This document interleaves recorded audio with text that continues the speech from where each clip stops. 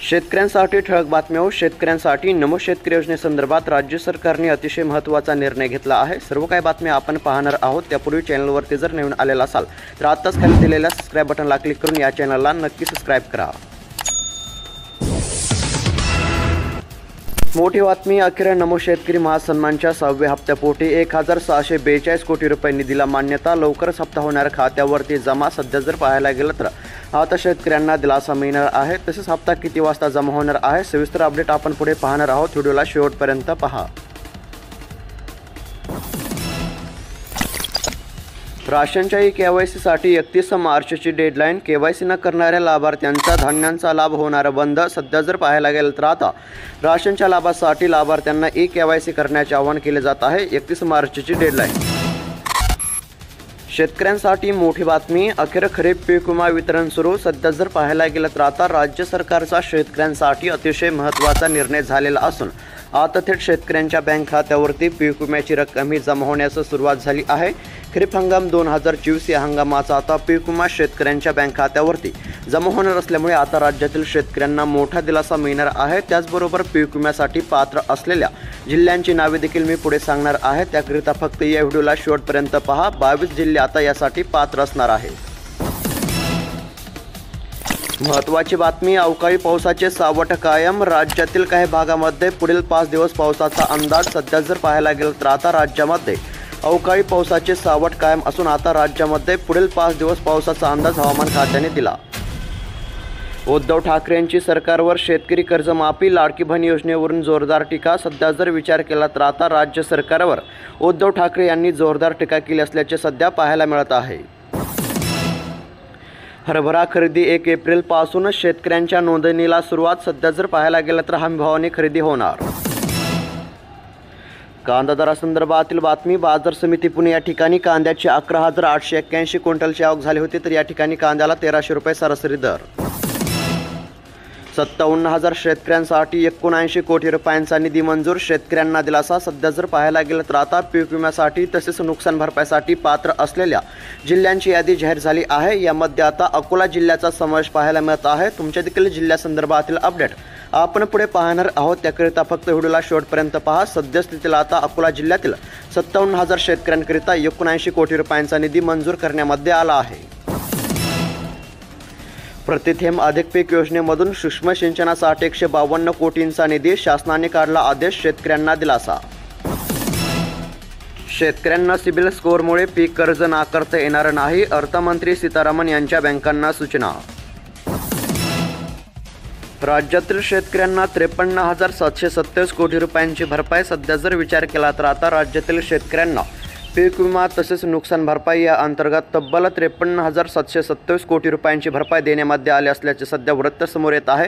गेल्या 5 वर्षामध्ये 53,727 कोटी रुपयांची भरपाई ही शेतकऱ्यांच्या थेट बँक खात्यावरती जमा करण्यामध्ये आली असल्याची माहिती सध्या येत आहे. 10,000 रुपयांचा एक आंबा. नांदेडच्या UPSC करणाऱ्या तरुणाने फुलवली आंब्याची बाग. सध्या जर पाहायला गेलं तर आता नांदेडच्या एका युवकाची सध्या राज्यभर चर्चा सुरू असल्याचे सध्या पाहायला मिळत आहे. 10,000 रुपयांचा एक आंबा विक्री.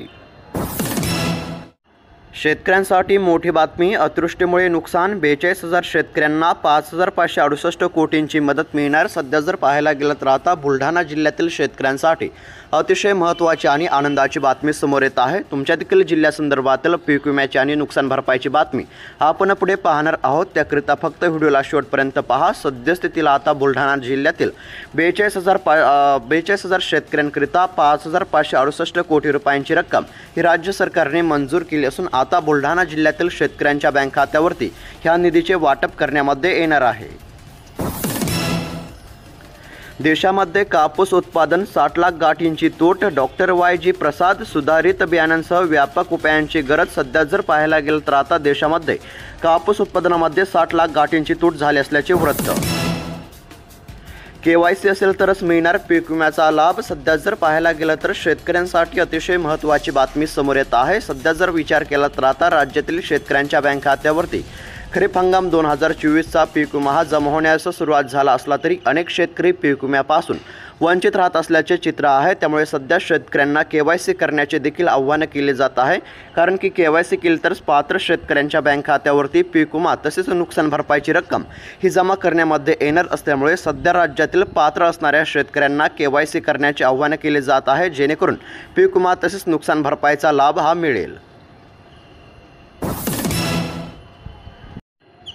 नाफेडच्या तूर नोंदणीस 15 दिवसांची मुदतवाढ। शासकीय खरेदीच्या तुलनेमध्ये प्रतिसाद कमी। सध्या जर पाहायला गेलं तर 15 दिवसांची आता मुदतवाढ।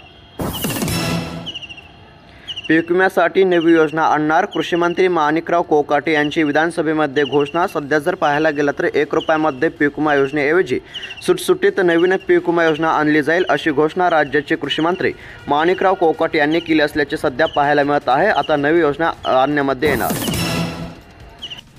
मराठवाड्यातील 3 जिल्ह्यांना पीक विम्याचा अग्रिम मंजूर। सध्या जर पाहायला गेलं तर आता यामध्ये कोणकोणत्या जिल्ह्यांचा समावेश आहे ते देखील आपण पाहणार आहोत। तसेच तुमच्या देखील जिल्ह्यासंदर्भातील पीक विम्याची अपडेट आपण पुढे पाहणार आहोत। फक्त व्हिडिओला शेवटपर्यंत पहा। सध्या जर विचार केला तर आता पीक विम्यासाठी मराठवाड्यातील 3 जिल्ह्यांचा समावेश पाहायला मिळत आहे। यामध्ये नांदेड जिल्हा, परभणी जिल्हा आणि हिंगोली जिल्ह्याचा समावेश पाहायला मिळत आहे। आता या 3 जिल्ह्यातील शेतकऱ्यांच्या बँक खात्यावरती तब्बल 705 कोटी रुपयांचा निधी हा जमा करण्यामध्ये येणार असल्याची माहिती राज्य सरकारने दिली असून आता या 3 जिल्ह्यातील शेतकऱ्यांना मोठा दिलासा मिळणार असल्याचे पाहायला मिळत आहे। तब्बल 705 कोटी रुपयांचा निधी जमा।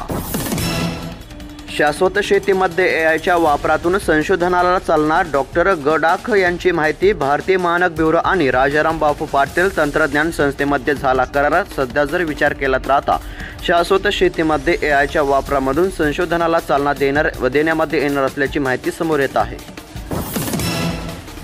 दुग्ध उत्पादनामध्ये भारत जगामध्ये अव्वल। सध्या जर पाहायला गेलं तर आता दूध उत्पादनामध्ये भारत केवळ आत्मनिर्भरच नाही तर जगामध्ये अव्वल क्रमांकावर असल्याचे सध्या वृत्त समोर येत आहे।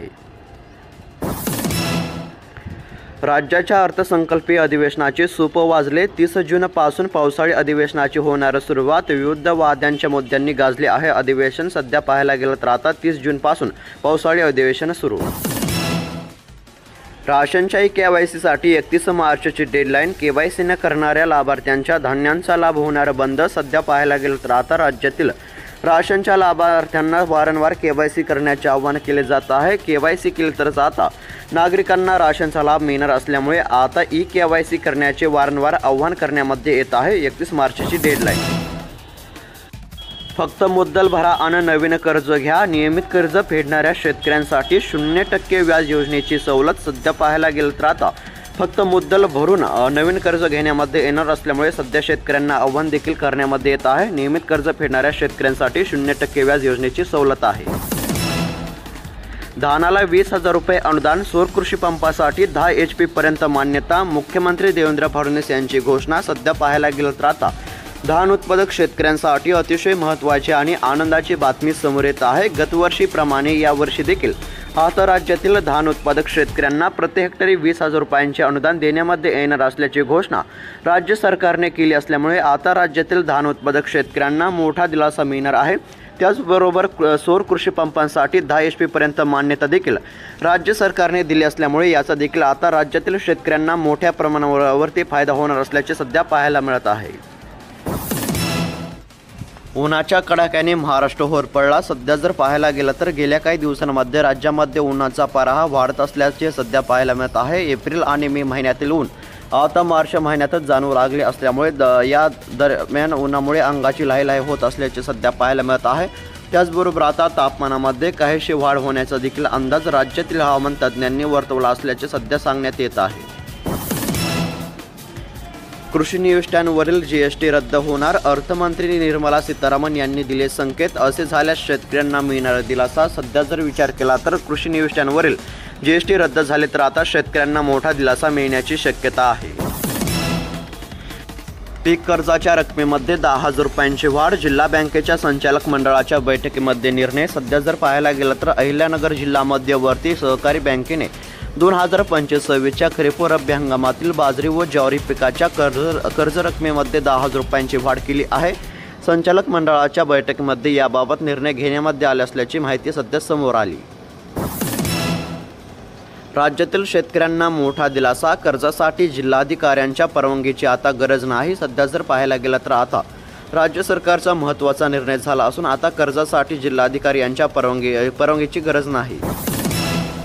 हरभरा दरासंदर्भातील बातमी। बाजार समिती पुणे या ठिकाणी हरभऱ्याची 42 क्विंटलची आवक झाली होती, तर या ठिकाणी हरभऱ्याला कमीत कमी दर 7,300 रुपये, जास्तीत जास्त दर 8,500 रुपये आणि या ठिकाणी हरभऱ्याला सरासरी दर 7,900 रुपयांचा मिळाला आहे। निर्यात शुल्क हटवूनही बाजारभाव जैसे थे तैसेच, केंद्राकडून निर्णय घ्यायला विलंब। पुणे लोणंद येथे कांदा 1,700 रुपये प्रति क्विंटल दराने। सध्या जर पाहायला गेलं तर निर्यात शुल्क हटवूनही बाजारभाव जैसे थे तैसेच असल्याचे सध्या चित्र पाहायला मिळत आहे। शेतकऱ्यांची नाराजी कायम। लाडकी बहीण योजनेमध्ये दुरुस्ती करणार। लाडक्या बहिणींसाठी कर्ज योजना। राज्याचे उपमुख्यमंत्री तथा अर्थमंत्री अजित पवारांची माहिती। तर शेतकरी मित्रांनो, बातम्या कशा वाटल्या, त्याचबरोबर तुमचा जिल्हा कोणता आहे कमेंट करून नक्की कळवा आणि दररोज अशाच महत्त्वपूर्ण ठळक बातम्या पाहण्याकरिता आत्ताच खाली दिलेल्या पांढऱ्या कलरच्या सबस्क्राईब बटनला क्लिक करून चॅनलला सबस्क्राईब करा।